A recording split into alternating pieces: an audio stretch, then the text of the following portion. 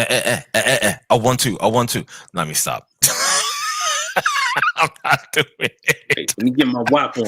I'm not doing it, yo. Listen, here we go, folks. Welcome to In the Paint, the live stream version on YouTube and also on Facebook Live. We're here tonight. My name is Ronnie Jones. I haven't been here in a minute. It's been kind of sporadic, but and it might continue to be that way for a little. I guess I got situations I got to take care of. Uh-oh. Hey, there he is. My man. There he is.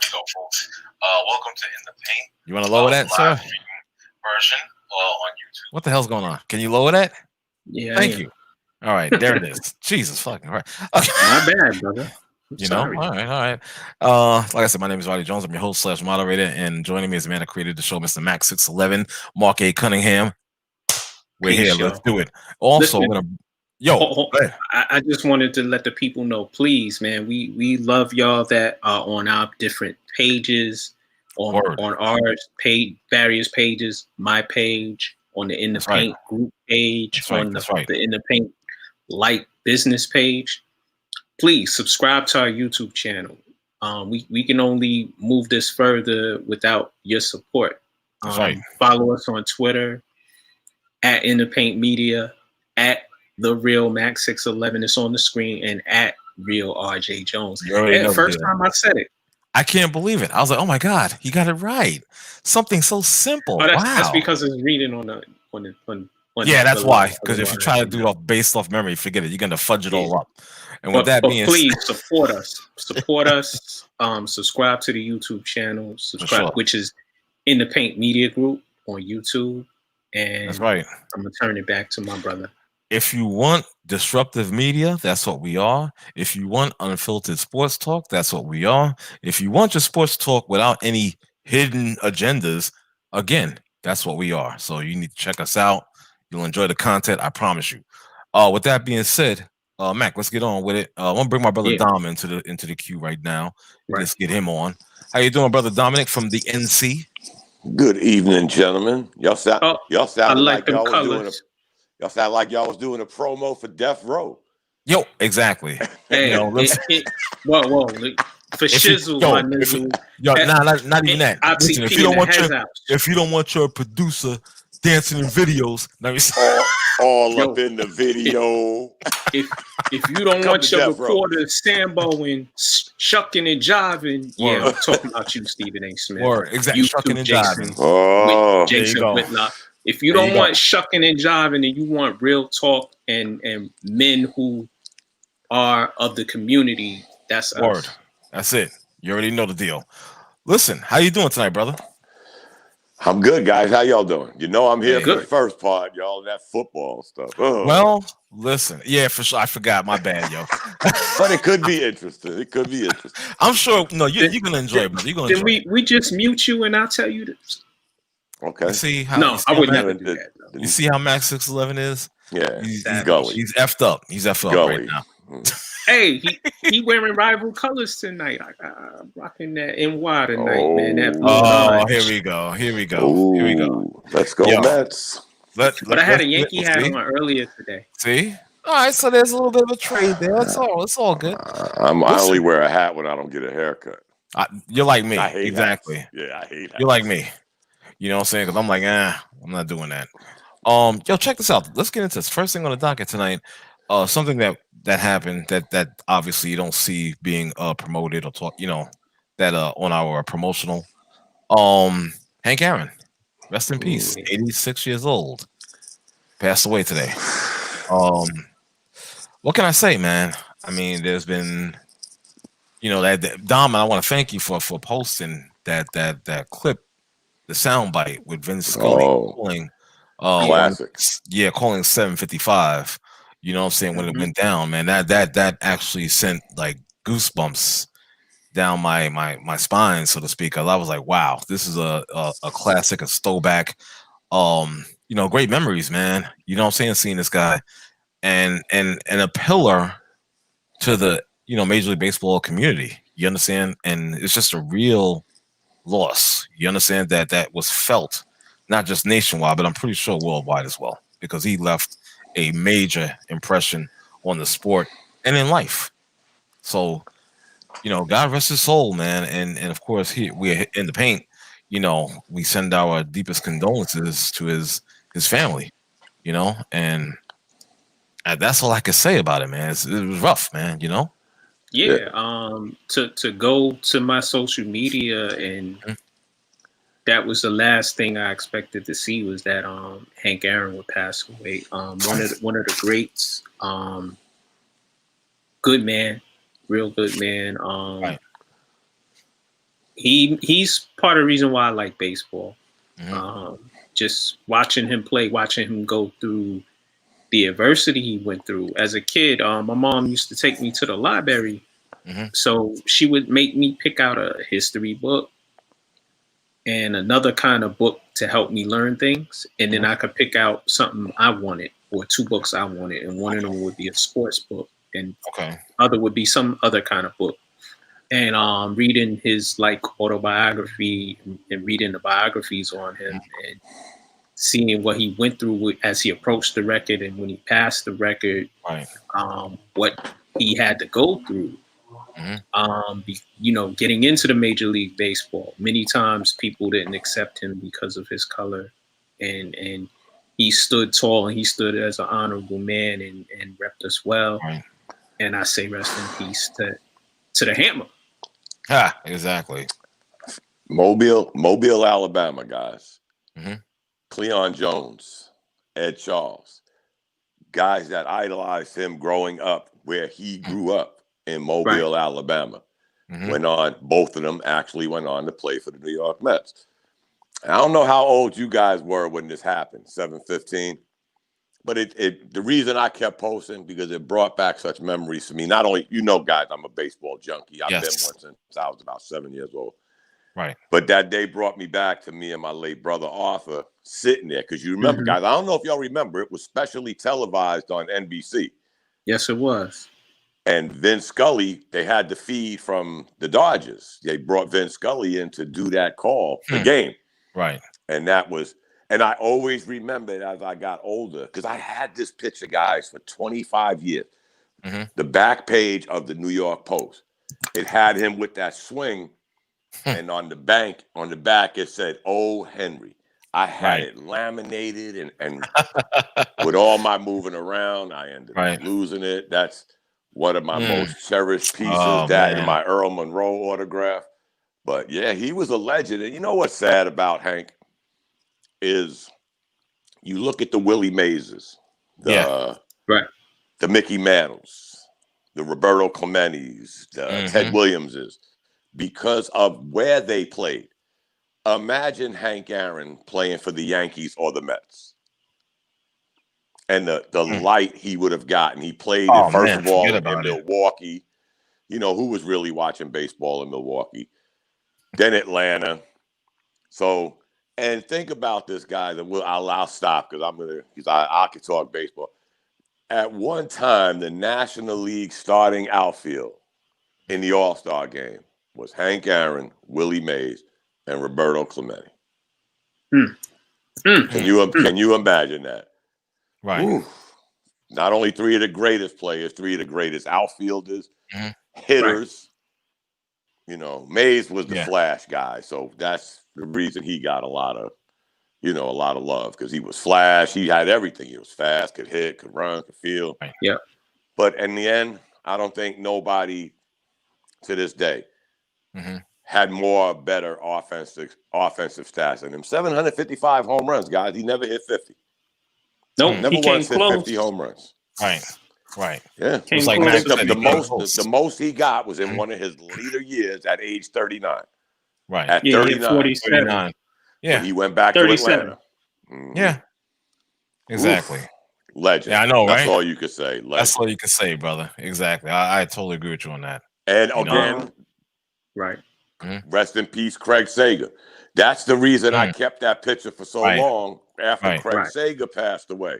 Because there he was, this young reporter for TBS with his soaking wet coat on, running, trying to catch up to Hank Aaron when all the crowd was in there. You saw it. Right. That was amazing. When I looked back and said, look at this guy became Craig Sager. Yes, sir. Wow. Yeah. That's all right. So Yeah, let me just add one more thing about Hank Aaron. Go right ahead, sir. Like Dom was saying, he started off as a second baseman. As he got a little older, they moved him to the outfield. And then he became a first baseman in his later years. He just was physically gifted, and he was not a big man. No, you know, Willie Mays wasn't really big either, but they had such lightning fast, quick reflexes in their wrists. Because if you ever play baseball, you know about hitting. It's not necessarily about power. It's about your wrist and the quickness of your bat. Yeah, and that's where I learned that from. When I was playing baseball as a kid, I remembered interviews with Hank Aaron. Like, remember when they used to have the home run derby, the old black and white? And I heard him talking, and he said, you know, you don't got to be the biggest guy. It's all in the wrist. And I'm like, you know, everybody's always, you know, like today's baseball, matter of fact, not to get off track, but today's baseball. Guys going in the dirt trying to hit a pitch. Hank Aaron didn't do that. It was all in the wrist and timing. Indeed. He had power. He had power. He was still 3,000. He still had 3,000 hits. Yes. Don't get it twisted. He had 755 home runs, but he also had 3,000 hits. Almost 4,000. 3,770. Yeah, he's in a very rare air club. Right. You know, so with that being said, guys, I mean, just like we said, you know, rest in power, man. We lost a true one. Yeah. You understand? We lost a real true one today. Salute to him, rest in power. For sure. Condolences to his family and friends and to Major League Baseball, because we lost a great one. Yes. In one week, guys, Don Sutton. Yes. Yeah. Hank Aaron. Yes. Yeah. You know, I gotta talk about Don Sutton. Here we go. I have a love-hate thing with the Dodgers. Okay. I love their jerseys and their colors and their baseball hat. I'll rock that joint because it's fly. But they left Brooklyn. I'm from Brooklyn. I left. So, but they have had players on their teams that I admired and like. Don Sutton was he wasn't the greatest pitcher. No. He was very good though, and he didn't throw hard. He was very crafty. Right. Consistent. And he was consistently decent to good. And we lost a guy who just was a battler, and rest in peace to him too. Indeed. Listen, guys, we got the Bishop is here live in the house. Just in time, because we're gonna move in. We're gonna move on. We're gonna move on to another topic real quick, and you guys are gonna hear me acknowledge something tonight I care not to acknowledge. This is gonna hurt me. All right, because I'm the one that. Shut up! Not done yet. Shut your face. Okay, shut your face. I'm not finished. All right, because I'm the one that brought this topic into the fold, so to speak, and that's the New York Knicks making their way back to prominence. Okay, before you guys flood the screens, all right. Oh, not me. Right? Not me. I'm just saying, you already know what I'm talking about. You gotta find our brother Sam free. You know what I'm saying? Yeah, don't be like that guy in that Zoom video. Okay, when he was doing his thing and he thought he was off camera. Let's not go there. Yeah. All right. Yeah. Okay, it's not a good look. But however, I will admit, this hurts me. Oh my God, this hurts. Let him. Take your time. We're here for you. Shut up. Breathe easy, Ron. Jesus Christ. I still hate this. You don't know how much this hurts. Okay. I will admit that they're doing their thing on the defensive end. They're playing hard. They're playing great on the defensive end. They really are. I'm going to give them their credit. I don't have a problem with that. You understand? Right. How long it's gonna last? I don't know. Yeah, that was hate. That was some shade I just do. That was shade I just do. I'm not gonna front. But they are doing their thing. I have to give credit, and Mr. Dom has pointed this out, and you as well, Bishop. The Tom Thibodeau effect. It's apparent. Right. Now, my only thing with Tom Thibodeau is, he tends to run guys down in the season. Will that take an effect later? You know what I'm saying? But it really, to me, it shouldn't, because you have a pretty young team. Right. You understand? You have a pretty young team. I mean, listen. I'm just throwing it out there. You're a pretty young team, but you never know. You never know. You understand? The grind of the NBA season is long. We know that. It could affect anybody. It could be 21 years old. You could be 32 years old. It doesn't matter. You understand? But I go back to saying he's doing it. He's doing his thing with them. I never thought that I would see Julius Randle play the way he's playing in the first part of the season. He's doing some things like, some people use all-star, some people are using, which I found ridiculous, all-pro, and I'm like, yeah. Well, this is what I heard, and I was like, let's not stretch. Okay, let's not. All-star team, yeah. He possibly could be in a running if he continues to play that way. If he continues, we're seeing RJ Barrett, doing some things. All right, and of course you got the guy quickly. Even though he was injured for a little bit and he's came back out, but he made his impression. Right. And I gotta admit, I'm a little bit impressed. I'm a little bit, okay. Right. But the hater in me has to. I'm from Missouri. You have to show me. Okay, I don't want to see no first 20 game thing. Let's see if you can be consistent with it. That's all I'm going to say. Hey, they're 8-8, which is decent. They're one of the better teams defensively. Offensively, they're right. Offensively, they're not the best. They're sort of at the bottom. But you talked about how Thibodeau is falling into who he's been before, and specifically the minutes he's giving to Julius Randle and RJ Barrett. He's playing them damn near 40 minutes a night. Everybody else is under 30 minutes. Those two at points earlier in the season, I did see that Barrett did look like he was, a little spent, a little tired, but that's to happen in the season. But overall, I like what they're doing. The team plays with energy. They listen. He coaches them up. Everybody's playing better than expected in certain situations. RJ Barrett needs to work a little on his game, and we just got back Burks, which is good because he was for the few games he did play, he was one of our better shooters. So we got an additional shooter back. The squad is at full strength because we got back Obi Toppin. Right. We re-signed Taj Gibson last week. So I'm looking for them to stay being what they are. They're still a flawed team, but they hustle. They play well on the defensive end, and they have a few shooters. So it's better than it was. Way better. Yeah, I'll admit that. Now let's have these two gentlemen have their fun. Go ahead, Knicks fans.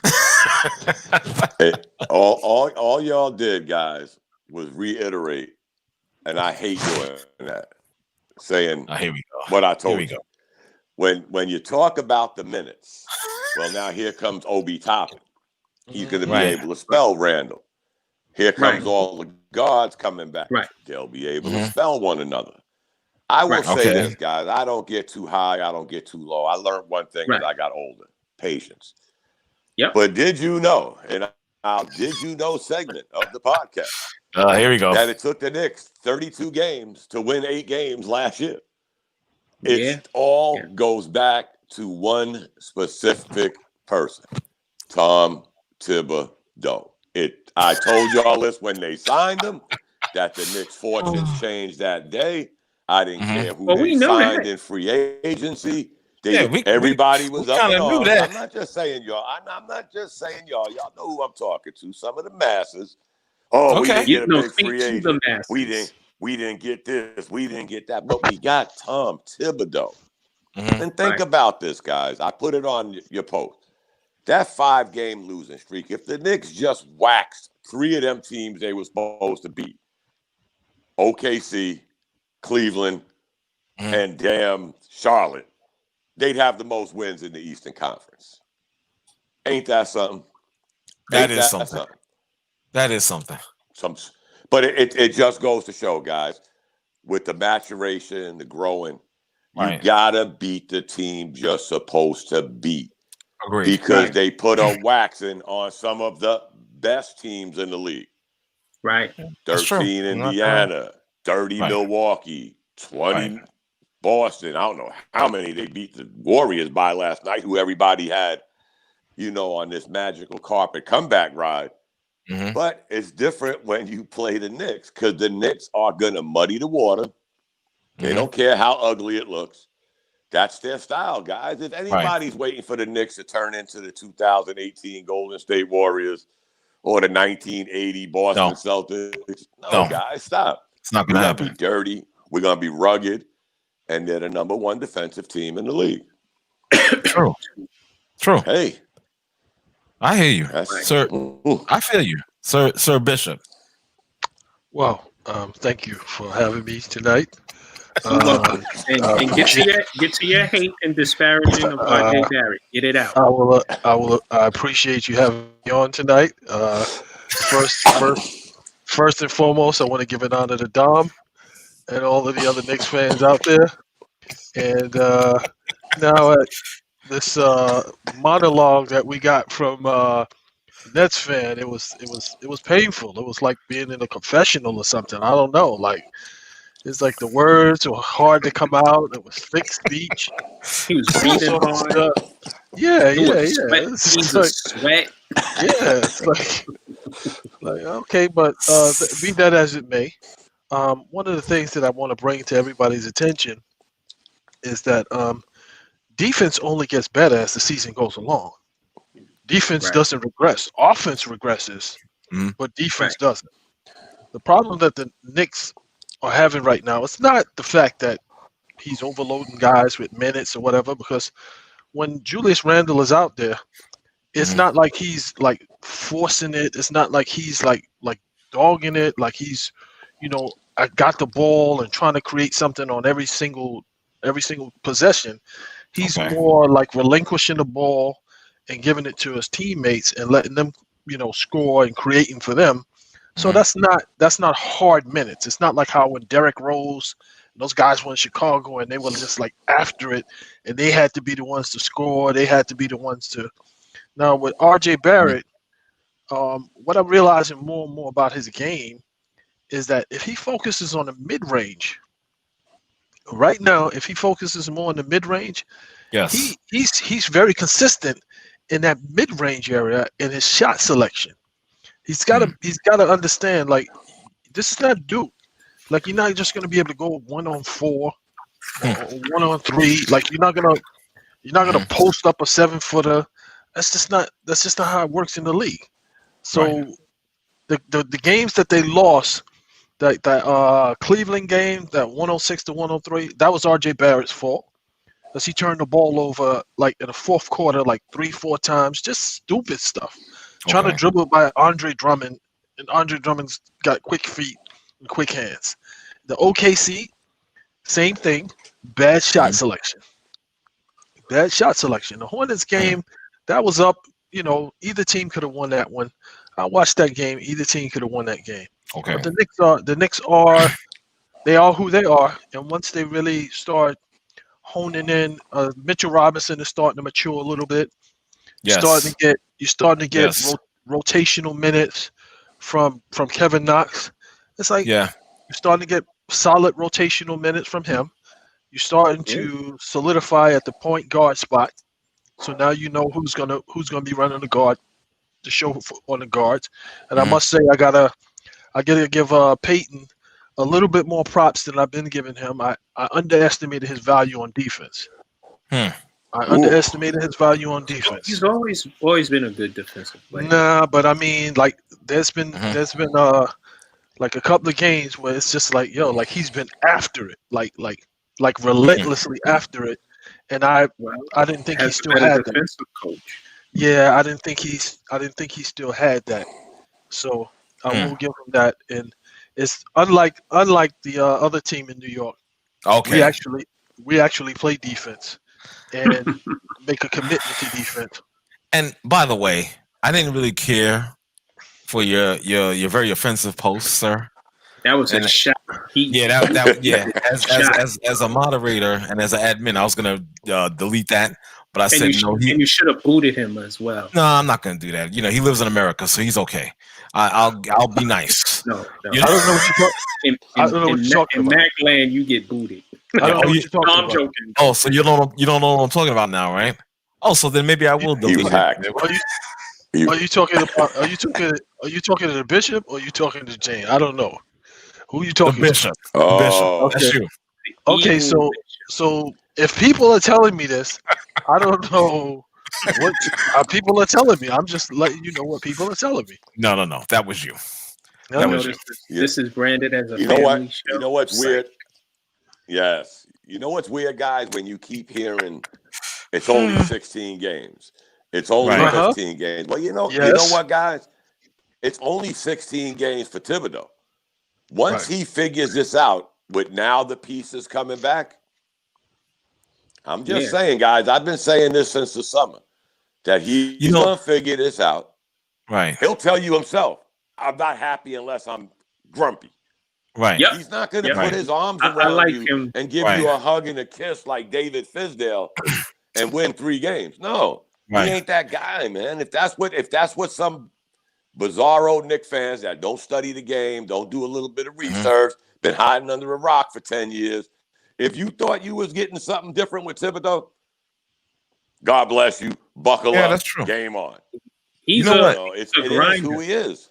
He's a grinder, and his teams are going to make you, like you said, they're going to make you work for it, and they're going to grind as well. And it seems like certain players on the team are those type of people. Sorry, but you know what? No, it's all good. You know what? Also, too, I got to give credit to. I'm sorry, Dom. Give me a second, bro. No, go ahead, Ron. You know, yeah. Thank you, brother, man. Let him talk about the Knicks. Let him talk about the Knicks, please. Shh. No. Anyway, you know what else I got to give credit to? And this is just killing me. Leon Rose. Okay. And give Worldwide West his props. Hold on. Let me finish. What I'm going to say is you got to give those guys credit because they didn't go out and do the typical New York Knicks thing that they normally do. They did not. You understand? Sometimes, what's the saying? Sometimes the best moves are the ones you don't make. Right. And I think in this case, that rings true. So, you know, I admit it. I'm not going to get on the bandwagon. No, I'm still saying in Brooklyn. But I will give them their due so far through 16 games. But here's the thing, where they didn't spend money on the floor, they spent it on the bench. Right. Where the people coaching, assistant coaching are there. Those pieces, the groundwork is laid. So whoever comes in is going to have to fall into that. Trust me, guys, I don't use the word leadership very, openly. But this is what you're seeing with Thibodeau, like Mark said. They almost mirror how he coaches. And that's the definition of leadership, the ability to get people to do what they think they can't do for the betterment of the team, not one another, not individually, as a team. Yeah. And that's amazing what he's doing. Serious, guys. 8-8. Hey, I'll buy it, guys. Yeah, whoever sat Randall down and told him that he can still get his numbers, but do other things on the court besides score. Right. And then get him to buy into that. And I'm noticing that he's getting more and more ingrained in being in the right spots on the defense. Because prior to, he would always be in the wrong spot. On the pick and rolls, like when he's supposed to switch, he would always be in the wrong spot and be yelling at the guard that they got. It's like, dude, that's your cover. That's your cover. Like, that's not their cover. You switch it. Right. So everybody's buying into that. We still got a couple of areas that we need to tweak because when teams zone up and you have Peyton and RJ on the court at the same time, that stagnates the offense. So we got to figure out between Rivers and Burks and Quickly. We got to figure out how Burks and how we get these guys like the minutes that they need to get when teams start realizing, okay, well, we need to zone up because Julius is playing under control and he's creating too much havoc. He's kind of like being the Draymond Green of the East. Well, but you know what's weird? That's not a bad thing. Last night was one of the first nights I stood up and watched the West Coast game till its entirety. Yeah. And I heard them talking about if it wasn't for Fumble Fingers Mitchell Robinson, Randall would have been the first player to get 2 double-doubles in the season since Mark Jackson. I lost a year. When I heard Mark Jackson, I'm thinking 90s. It had to be in the 90s. So I lost track of what year they said. But do you know that no Knick has got 2 triple-doubles in one season since Mark Jackson? And here this guy is 6'9", like a bull, dishing out 9, 10 assists, man. I mean, I think he's averaging close to 7 assists to begin with. So, but then again, that's something else I said when everybody was beating Randall up. 6.3 assists. Okay. 6.3. You know, if you look at his numbers from day one in the NBA, they've all gotten better. And this year, they just again, he's got a coach. His numbers are just so balanced this year. You know, his points and rebounds went up as time went on. His assists were never that high. Yeah, his assists were never like this. But now I'll tell you what, guys, and I never realized how good a shooter Trey Burks was. I didn't. You mean Alec Burks? Until he wasn't playing. Alec Burks. Until he wasn't playing. Yeah, Alec Burks. Right. Okay. I didn't even know he was averaging 20 points in the few games he played in. Because he's been gone so long. Off the bench. Off the bench. No, he was starting before he was coming off the bench. He was coming off the bench. He came off the bench. They had the same backcourt. They had the same backcourt. He was coming off the bench. Yeah, I think they're right. But yeah, you're right. But either way, he's still he's always been a good shooter. It's just that he's always hurt. He never found he never found a real home. He's always hurt. When he was in Utah, he was always hurt. I'm like this, and since he's been with the Knicks, they said he had an ankle sprain. That was like 8 games ago. Yeah, like a month ago. Julius Randle is shooting 36% from the 3 line. That's beautiful. That's the league average. Yeah, exactly. Yeah, exactly. Y'all know I'm big on that number. If you got a person taking a certain amount of threes and they're hitting around 35%, that's a good trade-off. Right. And and he's a power forward. Right. From the post, he's averaging, the other shots he's averaging 51%, and overall he's averaging 47%, which is shot selection. Almost 50%. Shot selection. Yeah. Shot selection. Like you said. Shot selection. Mitchell Robinson needs to work on his free throw shooting, though. He needs to work on anything. He don't even dribble the ball more than twice. He's an offensive you don't want him to do that. We don't want him up there dribbling. I don't want him putting the ball. He's got what I'm getting at. I understand, but what I'm getting at is, like I said a few weeks ago, even Rudy Gobert will spin and take you to the basket. Nope. If it's not a lob, Mitchell Robinson ain't scoring. But he got to develop something. Get a rebound. Get a rebound and get a putback. He's too light in the ass. I'm telling you guys, to post. He's too light in the ass to post. I'm waiting for that day the Knicks have Randall and Toppin in the game at the same time. Maybe. Maybe. I don't see it until Toppin gets better defensively. Yeah. He's still True. He gets put in the blender a lot by people off of basic fakes. That's why when you see him get in the game, he'll play a few minutes and then Thibodeau will take him out. And it's partly because defensively he's still not there yet. Right. Okay. He takes a lot of gambles. Right. Exactly. He's young. But there's going to come a time where you need buckets. Your defense held you in that long. I'll tell you what, guys. If you give that young lad an inch going to the basket, forget it. Because that's what he did in college. He was a slasher. He got to the hoop. He got the hops. He got the power. This all of a sudden trying to become, a 3-point shooter overnight. He took him in college. He took him in college. He was a good slasher. His game is power. Right. He has a power game, guys. Right, but I think his the line being further out in the NBA has affected him. He should listen to his mother. His mother said recently in an interview, she said, "I told him, yo, take it to the basket. What are you doing shooting that many threes for?" Well, the problem that he's having is in the beginning of the season, he was doing everything. He was doing mid-range. He was taking the ball in the post, like taking the smaller defenders in the post. And for some strange reason, he just got infatuated with taking three-pointers. It's either 3-pointer or a dunk. There's nothing in between. There's nothing. Wow. That is modern-day NBA.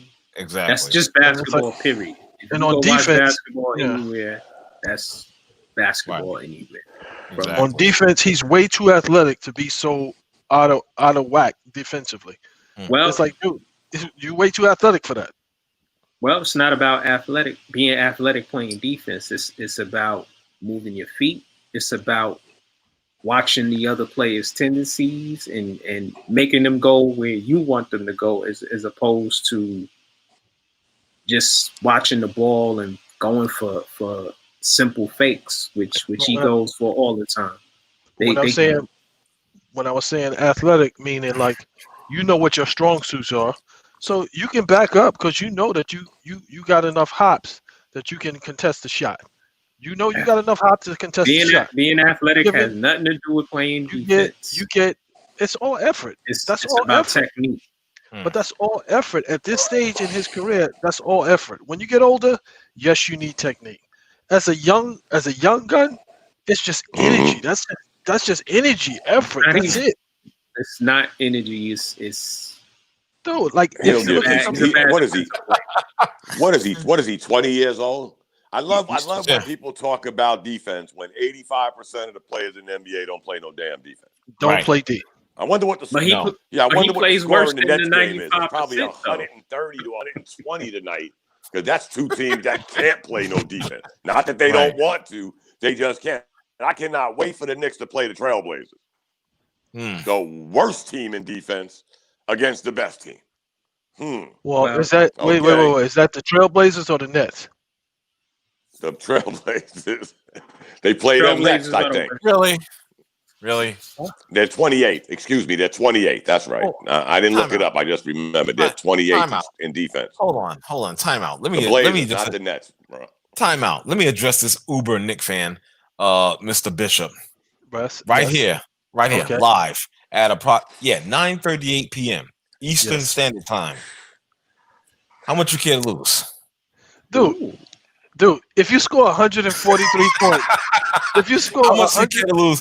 How much do you care to lose? No, I'm not going to stop. You score 143 points in an NBA game, and you still lose.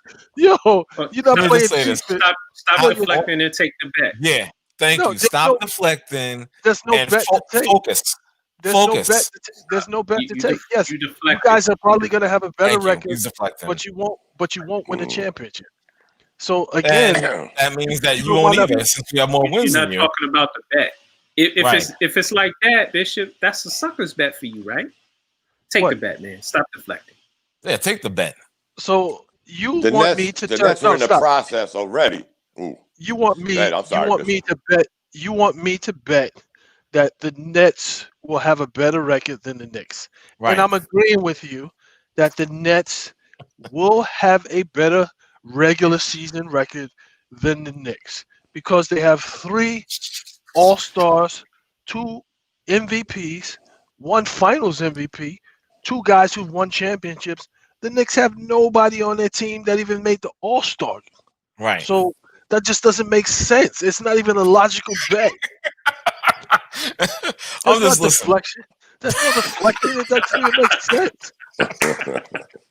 Does that make sense? Does that make sense? No, but you know what? Let's reel this back into reality. So on night. Give him a bet. 4 minutes left in the game, and they already gave up 113 to Cleveland. Exactly. Cleveland got their number. Cleveland got their number again. The Sexton is doing it again. Yo, clear it out. Yo, put Kyrie. Clear it out. Give me the clear out of Kyrie. Give me the clear out of Kyrie. Make it a bet he would take. And Bishop, it doesn't have to be about money. Stop deflecting. No, yes, it is. It's about money. It's money where your mouth is.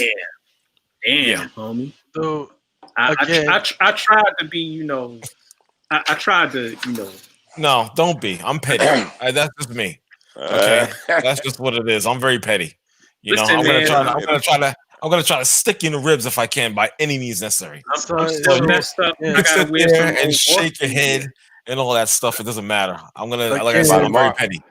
Again, I'm conceding.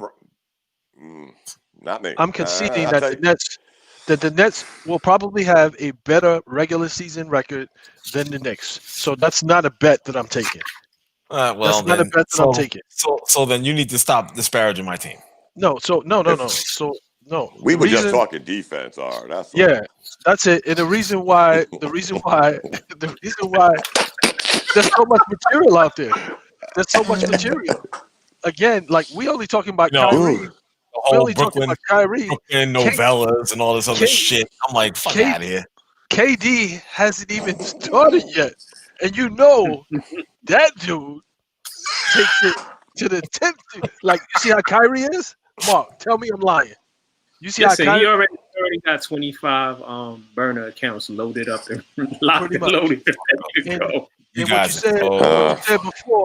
I said before is like they play Sunday night, and then all of a sudden Monday, he's the only one on the team that's in COVID quarantine to miss a few games, and then Kyrie misses some games afterwards. Then he's scoring 32 points off of 15 shots, and he ain't even playing that much. And they resting him, talking about, he needs rest for his Achilles. I'm like, dude, this is the least amount of time that he's been on the court since he's been in the league, because he don't have to score like that. And they talking about they resting him. So I wonder how many games he's gonna miss with this Achilles rest or whatever. I wonder how many games he's gonna miss. Brother, Miss Wanda gonna come for you. Because I see Kyrie is taking. Miss Wanda's coming for you. Exactly. Kyrie is averaging about 28 to 30 shots a game. I agree. That's a problem. That's a major problem. Brother, Miss Wanda is coming for you. Probably so. I would take ours bet if the Nets didn't have Durant. Oh, okay. If they didn't have Durant. Because I'll tell you what, I don't care what you say about Durant, his burner accounts, peasy hair, whatever, bald spot. Yep. When he gets on the court, he's bald. It's business. There ain't no in between, nothing. It ain't all of this bullshit like with Kyrie and James Harden, the city of Houston is out to get him and all this garbage. No, Durant puts his sneakers on and he comes to play ball. Oh, that's true. He's one of the most efficient players in the game. Ooh. Yep.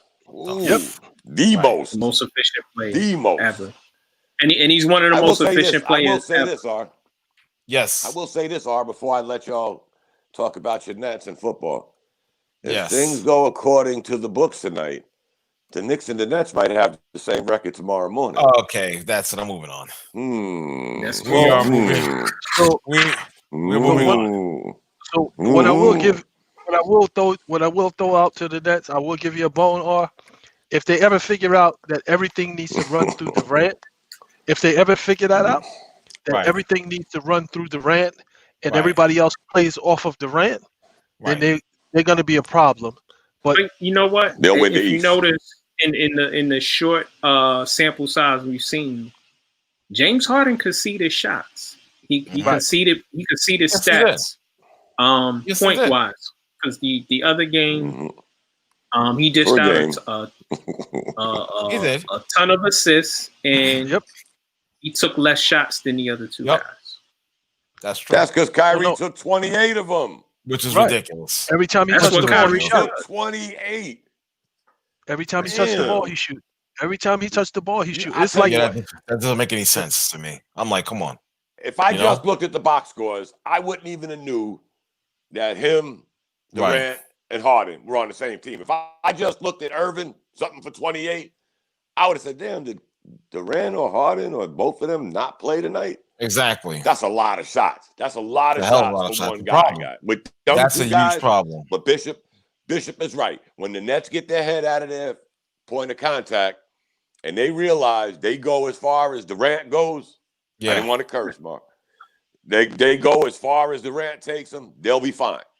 Right. If they go with Durant, they'll go to the conference finals. Right. Listen, it should be Durant. It should go through Durant, and it should go through Harden, and Kyrie stop dribbling.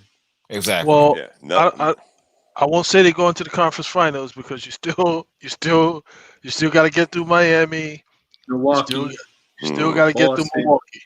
You still got to get through Milwaukee. Boston is teetering. Boston is teetering this season. Milwaukee's teetering. Well, Milwaukee got a better chance of getting out the second round than Milwaukee. Milwaukee's done, guys. Let's stop with Milwaukee. They're done. I won't say that. Done. Let me ask you a question. Let me ask you, basketball gurus, a question. When's the last time you had a back-to-back league MVP and there's a box that says needs improvement next to his name? When's the last time you saw that?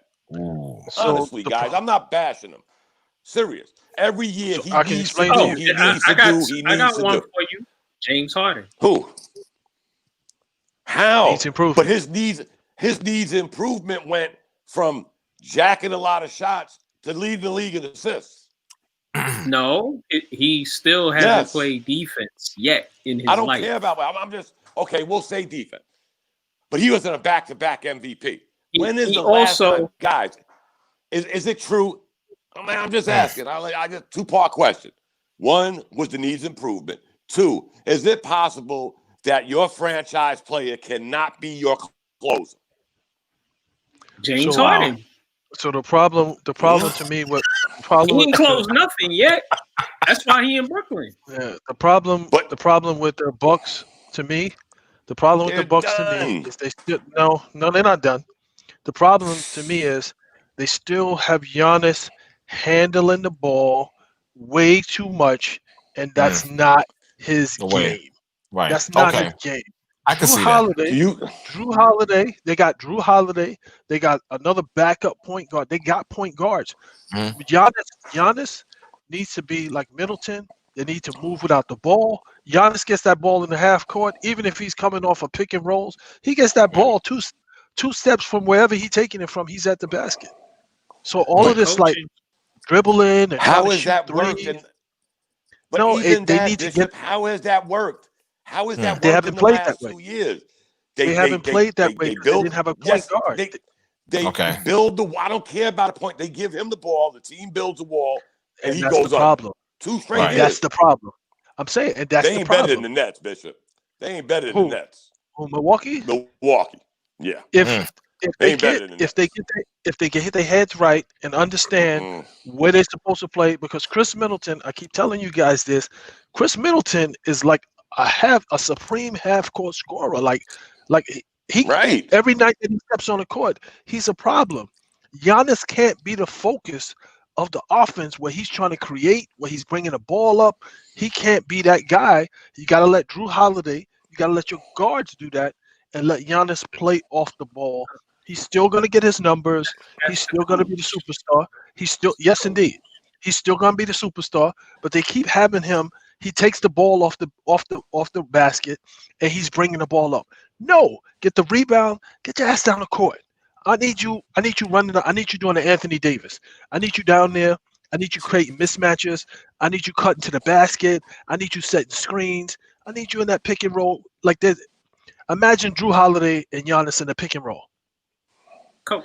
But that can't be your only thing, though, Bishop, because people have caught on to that. Anthony Davis is. People are saying Anthony Davis is the total opposite. Anthony Davis will take you from the outside, but won't go down low. Where Giannis just wants to go down, and people have caught on to it. Guys, I'm not saying this because I don't like him. I'm saying this because of the last 2 years running, they've run into the same thing. But Second round exit, first round exit, and what did they do? We're gonna build a wall and we're gonna make this guy shoot. And then guess what? If it gets that close, we're gonna foul him. His foul shooting has gone down every year. What you're saying right now? But he's a two-time MVP. Yeah, and I told you last year he wasn't an MVP, and you guys laughed at me. Ooh, but be that as it may, Be that as it may, how do you play defense? How do you play defense on a super athletic 7-footer who doesn't have the ball and who's cutting to the basket? How do you play defense on that? You can't. You can't build a wall. You can't build a wall on a super athletic 7-footer who doesn't have the ball and who's cutting to the basket, and you feeding him oops. You feeding him on a move. You can't build a wall for that. But you've seen it for 2 straight years, Bishop. This isn't like it just happened yesterday. But they just had a point. They didn't have a point guard. Thing. They didn't have a point guard. Just think. Who? They had a point guard. No, one that's in Indiana. They traded him. They traded him. Which was a dumb trade. Brogdon. They didn't want to pay him. That was a dumb trade. Right. They didn't want to pay him. They felt like so now you paying Drew even more. Well, how does that work? Well, you know what? They brought that up today. The difference between him, Brogdon, and Jackson. Bledsoe. They traded Reggie Jackson, right? Bledsoe. They said the difference was like a couple of $1 million. Right. Listen, Bledsoe isn't really a point guard. He's really a 2-guard masquerading as a 1. You see the score, babe? Oh, my goodness. Oh, my goodness. Brogdon was the perfect point guard for them. And the backup point guard, what's my man Bishop that was on believe San Antonio. Always been a backup. He's moved around a little bit. He was perfect as their backup, and they let them both go in successive years. Okay. But now you have Drew Holiday. Drew Holiday is probably the perfect point guard for this team. Yes, indeed. He doesn't hog the ball. He doesn't over dribble. He scores when he has to, and he always makes the right play. He plays defense. He plays. He gets after it on defense. And the coach has he hasn't adjusted. If the coach doesn't adjust, the player's still gonna play the same way. We saw that with the Knicks, with the players they had and the coaches they had. They played the same way. We see a total different thing with Thibodeau because Thibodeau is a guy who will adjust.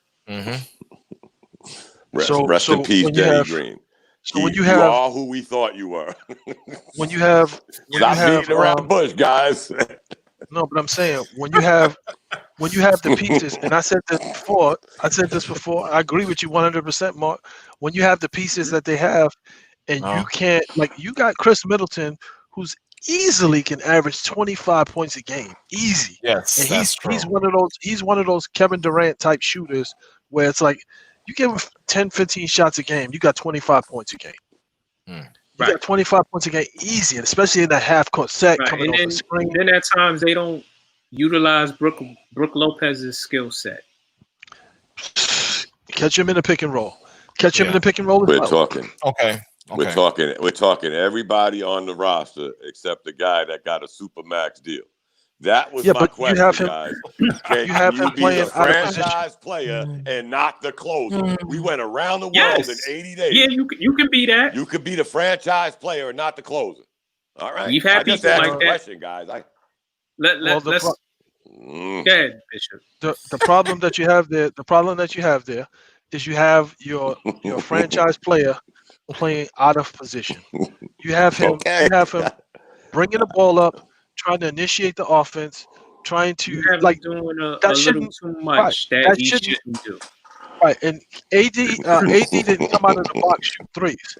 AD didn't come out of the box shooting threes. No, AD was Tyson Chandler part 2. Right, he didn't come out of the box shooting threes. So you have your franchise player trying to be a jump shooter, trying to be the create offense for everybody else, trying to be a facilitator, trying to take people off the dribble. That's not who he is. That's not where you're going to maximize his skill set. And that's the problem. That's the problem with the Bucks. Well said. Okay. Listen, we're going to pause this one out. We're going to come back and revisit this, I'm sure. You understand? But we got to move. For Dom, because he got heated. I was scared for a minute. No, I just asked the question, guys. We've been asking this question for we've been asking this question for 3 years, but let's move on because we're gonna move on tonight. Before we move on, can I just say one thing? Can I just say one thing? Go ahead. Yeah, before we move on. No, I'm just saying before we move on, it seems like Cleveland got Brooklyn's number. That's all I'm saying. It seems like they got Brooklyn. All right, let me remove the bishop from this conversation right now. Goodbye. No. Mister, whatever. Don't it is what it is. Let's move on, shall we? We're gonna get into this NFL. Phillip Rivers officially retired after 17 years in NFL as a quarterback. The big, what the thing is about this particular topic is, as soon as you make that statement, your mind kind of switches to, is he a Hall of Fame quarterback? That's one of the first things that pops up. He'll get in there. So Max says he'll get in. Yeah, based on his numbers. He has very impressive numbers. I will admit that. You understand? But there's always that one narrative, and you know what I'm talking about. You know what I'm saying? It's about the whole Super Bowl. Did he get a championship? No, he did not. I don't know. So sometimes I'm not gonna lie to you. That kind of sticks in the back of my mind too when it comes to considering players for the Hall of Fame. But again, I will admit he does have damn good numbers. You know what I'm saying? So. Listen, he doesn't have a bad regular season record. Really? Yeah, he's 134 wins, 106 losses. 63,000 yards, 400 touchdowns, over 400 touchdowns. Over 4, right. I never really liked him like that. Yeah, okay. I'm not a fan of Phillip Rivers. Well, if it wasn't for the trade, he'd be a Giant, and I'd have to live with that. But he put up numbers. At times he was very good, and at times he would lose games with bad interceptions at the wrong time. But I don't hate him. He was a really good player. He's going in the Hall of Fame. I don't care. People, you could not like him. Right. Because I don't necessarily like him, but he's going in the Hall of Fame. All right, and he had a very good 17-year career. He won a lot of games. He just ain't win the big ones. Right. All right. On that note, because you're going to get the comparisons. Yes. Right. Mm-hmm. Warren Moon. Right. Dan Marino.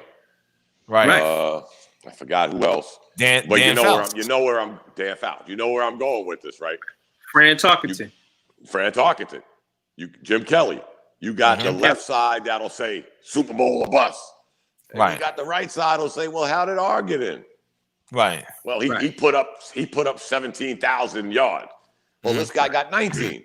Where do you draw the line? I think they should just go off of sheer stats, like they did for Tarkenton, Moon, Kelly, Marino, and so many others. Because if that's the case, guys, you say, why isn't Darryl LaMonica in the Hall of Fame? Right. Or when he got 2 rings? Or the other great quarterback, Trent Dilfer, with the Ravens. That's the oxymoron, Ron. That's the oxymoron. He didn't carry nobody to no Super Bowl. He started. Okay. It's like I got a Eli question Manning. for you, R. Hold on, I got a question for you, R. Give me a Trent Dilfer play that you remember that was exciting. I can't. See, Eli got a feel. But and you know how I feel about Eli. Please don't put me in a position to defend Trent Dilfer. Okay. No, you brought him up. Okay, so what? Let me ask you a question, Mark. You talk about records and all of that, right? Right. If I'm not mistaken, one year the Giants were 9-7 during the regular season. Right. And won the Super Bowl. So You weren't shit during the year with that quarterback. Right, but right, you won right. the Super Bowl. Hey, what's the name of that? He showed up. I'm not saying he didn't. Get Eli to the playoffs. Yep. Yeah, but again, on a good year, 9 wins wouldn't get you in the playoffs. But I can't take it away from him, guys. What I'm saying is Mark talked about, record, what did Dilfer do? Well, the Ravens were dominating. Their defense was just that good that me and you could have quarterbacked for them. Exactly. And threw a screen pass. But they didn't have a shitty record when they won them Super Bowls. They were predominantly defense. Like 3 dominant. Yeah. They were dominant, just dominant that season. Listen, Eli was mediocre to me. He was a mediocre quarterback. The Giants always had a great defense. Mm-hmm. They always had a solid running game. They always had good receivers, and he showed up at big moments in the playoffs and in the Super Bowl. He was reliable. He was reliable in the big games. Yeah, right. Listen, if he don't throw that pass in Green Bay, Well, if Tyree from Fast and Furious didn't stick the ball to his helmet, right. We wouldn't be talking about that was a typical. That's a typical Eli Manning play. He was running for his slow ass life, and threw it up. And he was like, "Yo, I ain't taking this sack." Exactly. And let's be honest, we've had this conversation before too. How many times did he do that and he threw it to the wrong color jersey? Many. That time, Fast and Furious stuck it to his helmet and game over. He, unlike some other guys, he benefited from making good plays at the right time. Some players didn't have that benefit.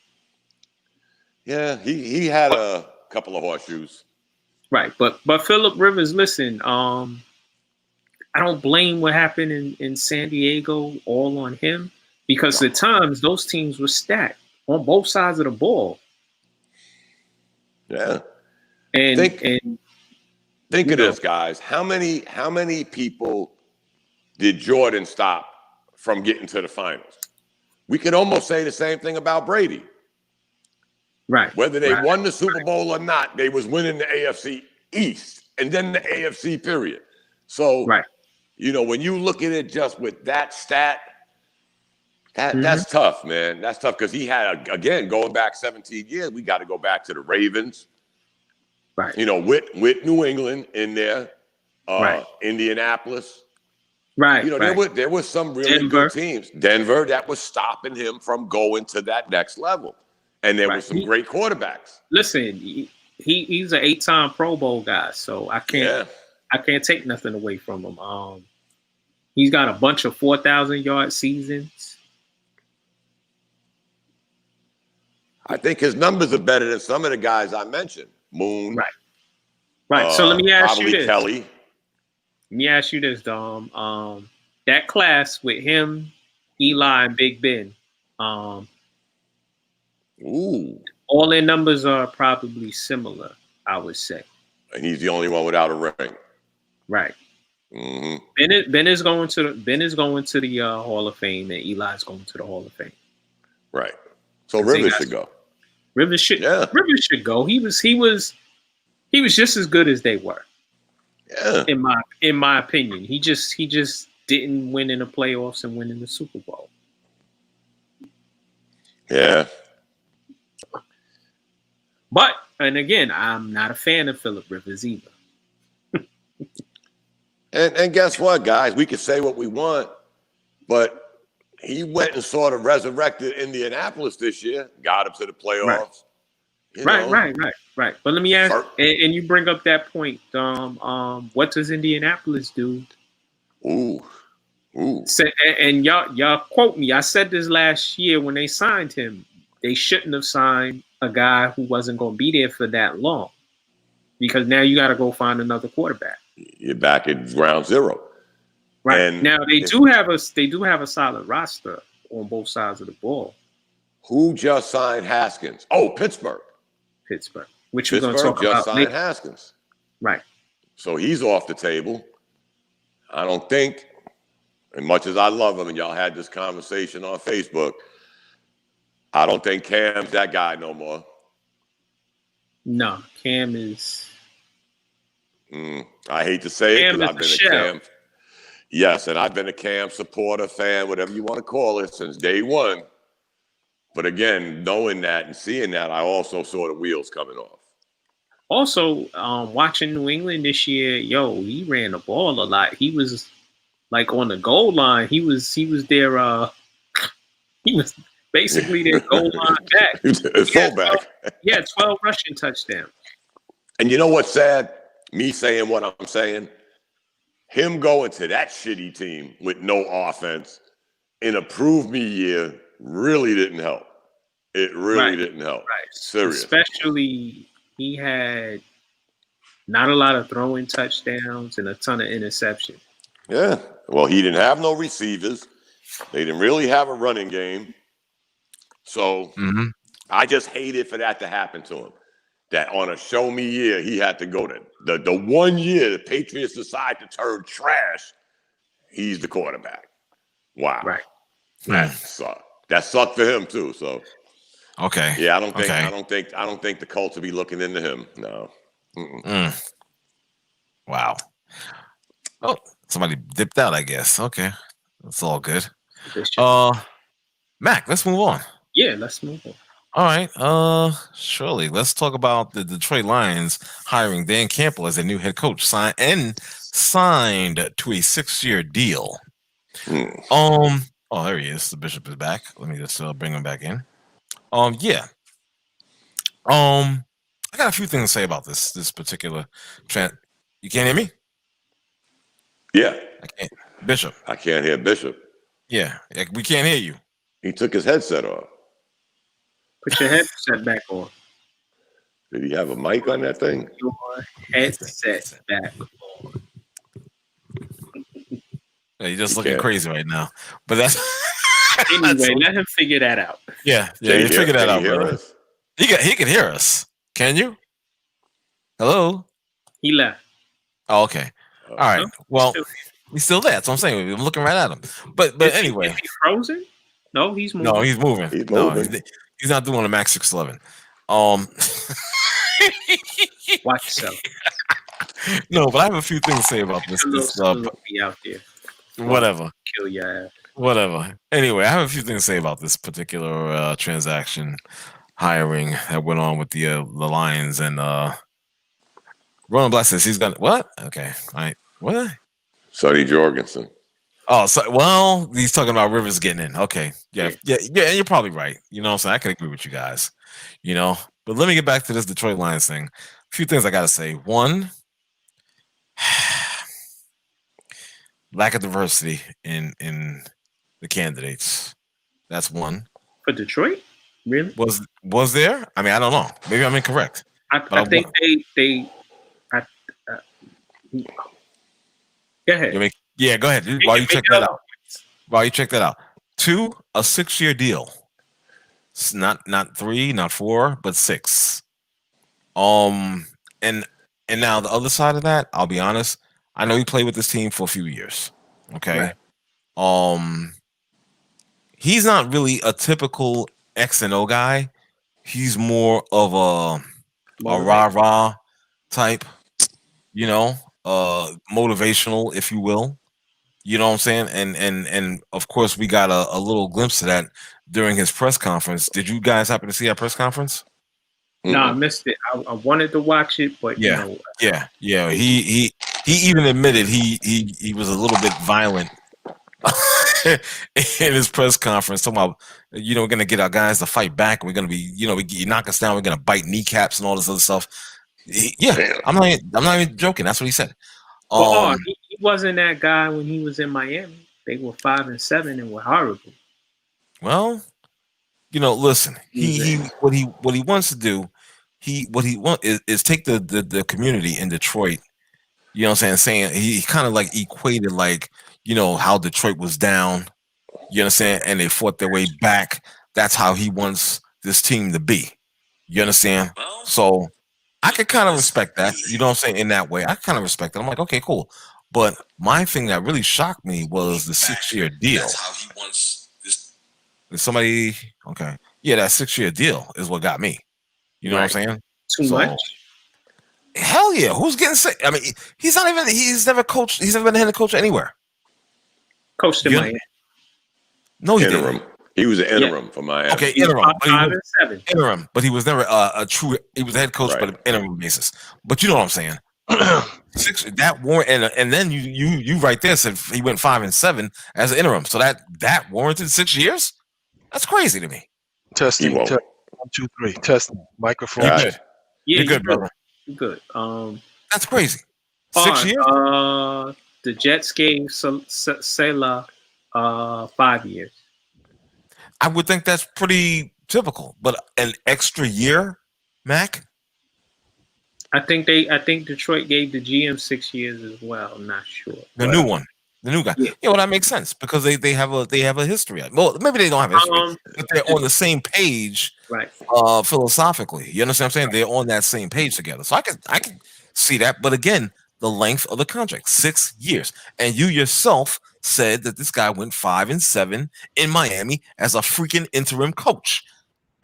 But yet that warrants 6 years. Go ahead, Dom. I'm sorry. But do you think it's, again, guys, that's why I love talking to y'all, because y'all know the end. But do you think he's gonna last 6 years? If they probably go not. 3-13, 4-12 not. twice, he's gone. He's gone. Ain't no damn contract in the NFL worth gold. Please, he's gone. They'll be looking for a coach in 2 years. He has to be better than Matt Patricia, who was a total moron. People like Dan Campbell. He has a good resume, solid citizen. He got 6 years. They did interview Eric Bieniemy. That's one of the people they did interview. But I'm not enamored with the deal. I don't dislike Dan Campbell. I just don't think, you got to be an X's and O's person. But he's not. He's not. No. And check this out, guys. Hypothetically, the Lions want to, again, start from scratch nonsense. Right. Stafford goes to Indianapolis. You think they're going to win more than 4 games? They could barely win 4 games with him. And he's put, and they should say what you better. Want. They should say what you want about him. He puts up some hell of a numbers, Stafford. And they still couldn't get out their own way. So how many coaches have they gone through under Stafford? 4, 5. This is the 4th. I lost count. Right, and they didn't put nothing around them after, what's his name, Megatron? What did they have after Megatron? It's like, what did they have after Barry Sanders? This ain't an overnight thing, guys. The Lions have been getting in their own way for quite some time. So, hey, God bless him. He ain't doing 6 years, guys. Right. And hold on a second. Jay, your mic is live as well. Welcome to the broadcast, brother. What's good, brother? What's going on, dude? Working, you know how it is. For sure, you already know. Man, you know what I'm saying? That's the food, man. Yep. We was just discussing the Detroit Lions hiring this guy Dan Campbell as their new head coach in the 6-year deal. Wow. Yeah. Now let me let me ask you. You said wow. Why would you say wow? Please. What has he been doing? I think he's an OC at New Orleans. He was also an assistant coach. Yeah, well. Assistant head coach. Yeah, so he was assistant head coach, right? But a 6-year deal? Yep. Like that's a lot. Yeah. See, this is the thing about the NFL, and it happens in every sport, actually. They would just want to recycle the same people. Give someone else a chance. Give peace a chance, damn it. Right. Give someone a chance. Like, has he really proven himself for 6 years? I mean, damn. Maybe I don't know. Maybe I'm wrong. Well, he used to be a player for them, so they sort of reach back. I mean, listen, I give him respect, and I hope he does well. But I'm sure there's a lot of other people out there that, Well, there's been a lot of no-name coaches who got jobs this week. Yeah, it's true indeed.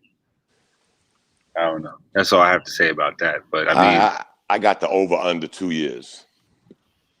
I was going to say that. I mean, 6 years is like, damn, it's a long time. Yeah, he will. Yeah. I doubt he lasts. No, I'm with Dom on that one. Right. Let's move on a little. The Philadelphia Eagles signed. They hired Nick Sirianni as their head coach. Never heard. Y'all don't even know who he is. How many? How many years? Yeah. I'm not sure, but who is he? He was Indianapolis's OC the last 2 years. Okay. All right. It ain't like they was burning up the track either. I mean, come on, guys. I was gonna say, I'm just saying. Y'all don't think he was a good hire?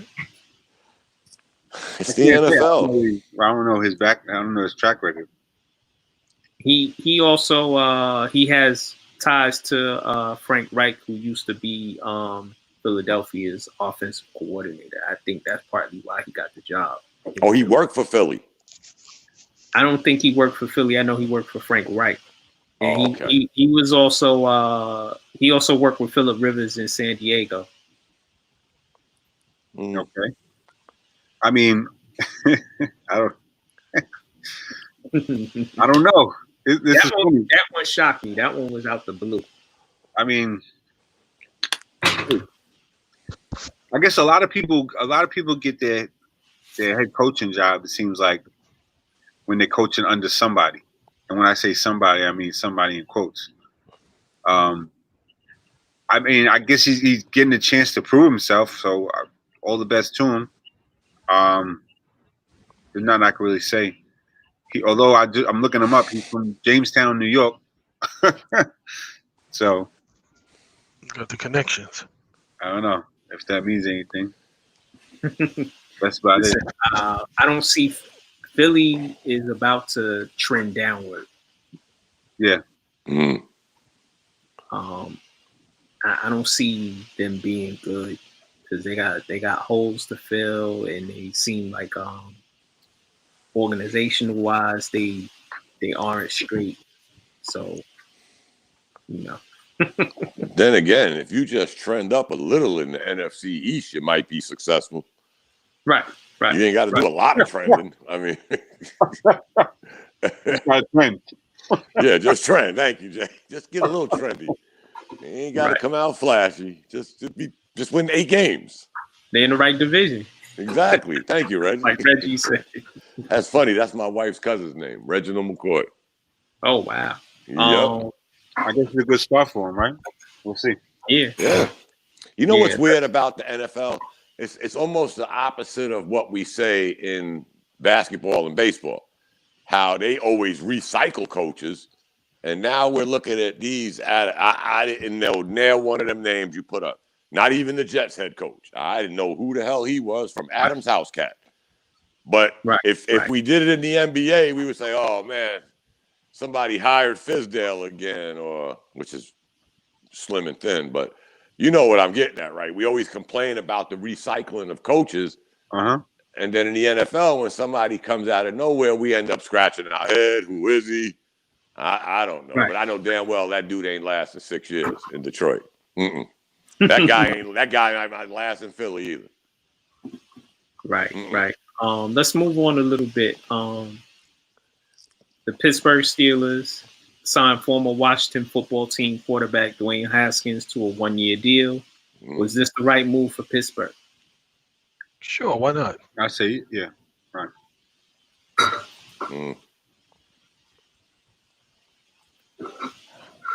Yeah, Ronan said it. And Ronan is right. Yeah. He was right. He called it. I think it's a good move. Okay, why, Jay? Well, because I think if anybody is relatable, I think Tomlin could do something. I think he can help him out. Maybe with something. I don't know. They're saying that this kid has no work ethic, but I think if he's under the right people, maybe he could do something. Who knows? Well, him and Thompson have the same agent. Go ahead, Don. He had a work ethic coach in Washington. Yeah. Ron Rivera ain't no joke, guys. Come on. He's a good ass coach. Right. Yeah. Now, it's a maturity thing with him, though. Yeah. But the thing that's puzzling me about this is if it's a jump start to Roethlisberger thinking about retiring again, right? Are they going with him, or are they going to go get a quarterback so he could be a backup quarterback? I don't know. Right. Well, I think this is his last chance, though. I think it's either or not. It's a feast of famine. They signed him for a year, so he has to go to camp. He has to be a good soldier and not do what he's done previously, like what he did in Washington. And what better team to go to than Pittsburgh, who is a model organization from top to bottom. You're getting a good head coach. You'll be if Ben comes back, you'll be learning under one of the best quarterbacks in this era of football. So it's not a bad deal for either side. Right. That would be a good situation, Mark. If Roethlisberger comes back and he gets that 1 year to prove his maturity, his growth, whatever, be a good teammate. Yeah. And learn. Yeah. But if Roethlisberger retires, are they going in that direction? That would be my question. Right. When I look at Haskins' size, I didn't realize he was as big as he is. He's 6'4", 230 pounds. And I guess more athletic than Roethlisberger is. Ben is what 6'5" and 2 and change. So yeah, Haskins is a big boy. Right. But if you get him under a coach that's going to hold him accountable, that's going to hold his feet to the fire, and then knows when bullshit is happening, and can call him out on it, I think it'll be different. Because some of these guys, it's like they just need somebody to. They're not coming from a background where it's like it comes easy. They need somebody to be in their ass. Mm-hmm. Again, he had that kind of coach, and that coach. Ron Rivera had Cam. Cam was ready-made. Ready-made. But Ron Rivera was a good coach, and guess what? He's the one that gave him a shot. Yeah. Remember, he wasn't a starter. Ron Rivera said, we're going to go with him, not Alex Smith. And he gave him that opportunity. And we can't blame the coach for him blowing an opportunity sometimes, guys. I mean, we always seem to go back to the coach, but sometimes it is an individual thing. Right. And again, we ain't there, but what you hear about his work ethic, his maturity, and his apologies every other weekend, he had a good chance, guys. I'm not saying his career is over. I'm just saying he had a good opportunity. It ain't like the Redskins had, this light up yourself offense. So as long as he did at least the Trent Dilfer thing, held his head above water, maybe he would have survived. But he did it to himself. I'm pretty sure he's realizing that now. That behavior is not quarterback behavior. That's wide receiver behavior. Right. Like, you know what I'm saying? That type of behavior you're not expecting from the leader of the team. Right. Let me tell you this. I think just put up or shut up right now, and this could be his last opportunity. Yeah. Yep. So, and he's only 22 years old. Yeah. I was going to say his age might save him, but it is the NFL, guys. Right. Right. But like Ronan said, the only person that has a longer deal than Campbell is Gruden, and we see how that's working out. Yeah, that's because Gruden did his own deal. Right. Yo, let's move on a little bit. Talk about these conference championship games. Green Bay Packers versus the Tampa Bay Buccaneers. Who y'all got? Green Bay. Okay, y'all both say Green Bay. Bishop? Yeah, I want Green Bay, and I want them to beat the shit out of Tampa. Not just beat them. Yeah. What was that? You mean Green Bay versus Tampa Bay? What'd you say? No, I said I wanted them to beat the shit out of Tampa. Oh, okay. Okay. Why? Not just beat him, huh? Because I hate Tom Brady. Oh. Okay. Okay. Understandable. Why do you hate Tom Brady? Well, it has nothing to do with football. Mm-hmm. I don't really respect his political views. Well, that's not a good idea. We all have them. Yeah, I got that part. If I didn't agree with you on a political realm, and I'm pretty sure I don't, it ain't gonna stop. Me and you ain't gonna stop talking. I hope. I mean, we are talking about Haskins' maturity level. I mean, and we all have different. We all have different views, guys. I mean, if his talent is there, I didn't even look at that part. I just looked at. I just don't want to see him win no more. It has nothing to do with his views, his back, his TV to 12 water. I just want to see something different. Though I can see, you know what? Again, I feel a little bit differently because when they won championships and there was another person in the office, he pretty much made it known that he wasn't going to go because he didn't like who was in the office. And we've seen that how long now? And well, there was just cause. There was just cause for this last 4 years. There was just cause.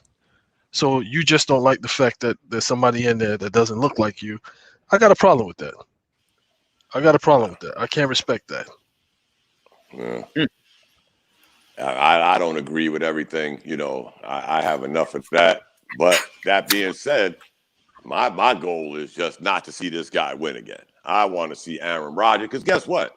On a football note, not political note, Aaron Rodgers probably had the best year of any quarterback this year. Probably.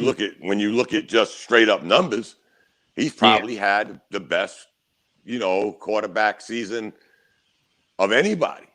And the funny thing is, if you look at what just happened, New Orleans beating Tampa twice and then losing to them in the playoff, Tampa waxed Green Bay in that one game they played them this year. I think it was like 38-10. I know they waxed them. And Rodgers didn't throw nail one touchdown. So I just want to see Aaron Rodgers get to the Super Bowl. I don't care who he's playing, who he got to beat to get there. Tom Brady's just in his way. And what else would suck is, and wouldn't that be silly? I mean, ironic. Brady gets Tampa to the Super Bowl. And where are they playing the Super Bowl this year? Where?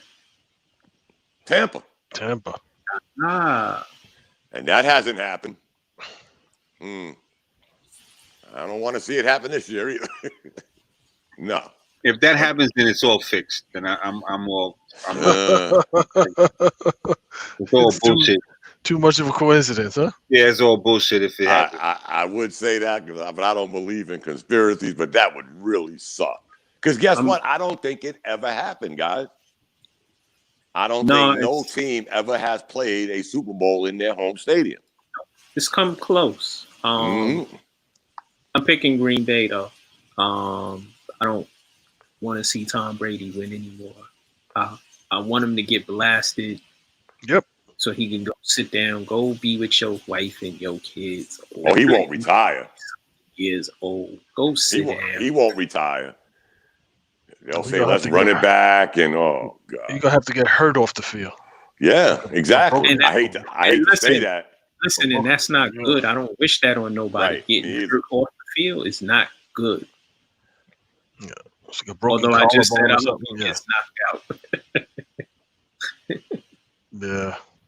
I mean, everybody can't go out like not Peyton Manning. Who was it? John Elway. I won't give Peyton Manning no going out on the horse because he barely won that Super Bowl. The defense won that Super Bowl. Exactly. I don't want to see the guy get hurt. I just don't want to see him go to the damn Super Bowl. Both teams have their defenses are mediocre. I think one of Tampa Bay's receivers is hurt. He might not play. So Green Bay they have the far better offense, and like Dom said, Aaron Rodgers possibly should win the MVP. So I'm picking Green Bay. Let's move on to the other game. Buffalo Bills versus Kansas City Chiefs. Keep it in New York. Yeah, Mahomes is still in he's still in concussion protocol. No, he came out now. I don't think that was a concussion. I think something's wrong with his neck. I don't care what anybody says. Why do you say that? Because first of all, his neck, you can see his neck get twisted a little bit. You know, his head didn't hit anything. It hit the ground. Now, when you look at the replays, I had him by his neck. His neck kind of got twisted up. So I don't think he's going to be 100% if he plays. Right. Well, he'll play. And I don't think he's going to be 100%. And I think Buffalo are going to get after him. Well, he took all the snaps. He took all the snaps with the first team. So he's going to play. But everybody's avoiding that foot. Remember? Before he had the concussion, something was wrong with his left foot or toe or whatever. Yeah, he hurt his foot. I think Buffalo was serious this year. I don't know. Bishop, your thoughts? I don't want to see Buffalo win because I know that's our team, and I don't want him to have shit to say. I'm gonna text him right now. Yeah, where'd he go? Did he say bye? Leave. Oh no, he had to leave. Had something to take care of. Yeah, that's the old Bishop. Yeah, very, very, extremely. I'm gonna cut the little audio up, and I'm gonna say, "Yo, this is what Bishop said about you." Yeah, I'm older than hard. Damn. Yo, I think let me ask you this: if Mahomes doesn't play and he's not at 100%, does KC still have a chance to compete with Buffalo? Yeah, they'll compete. That's a tall order. They do. Here's what I've been reading about, again, because I'm not a big football fan.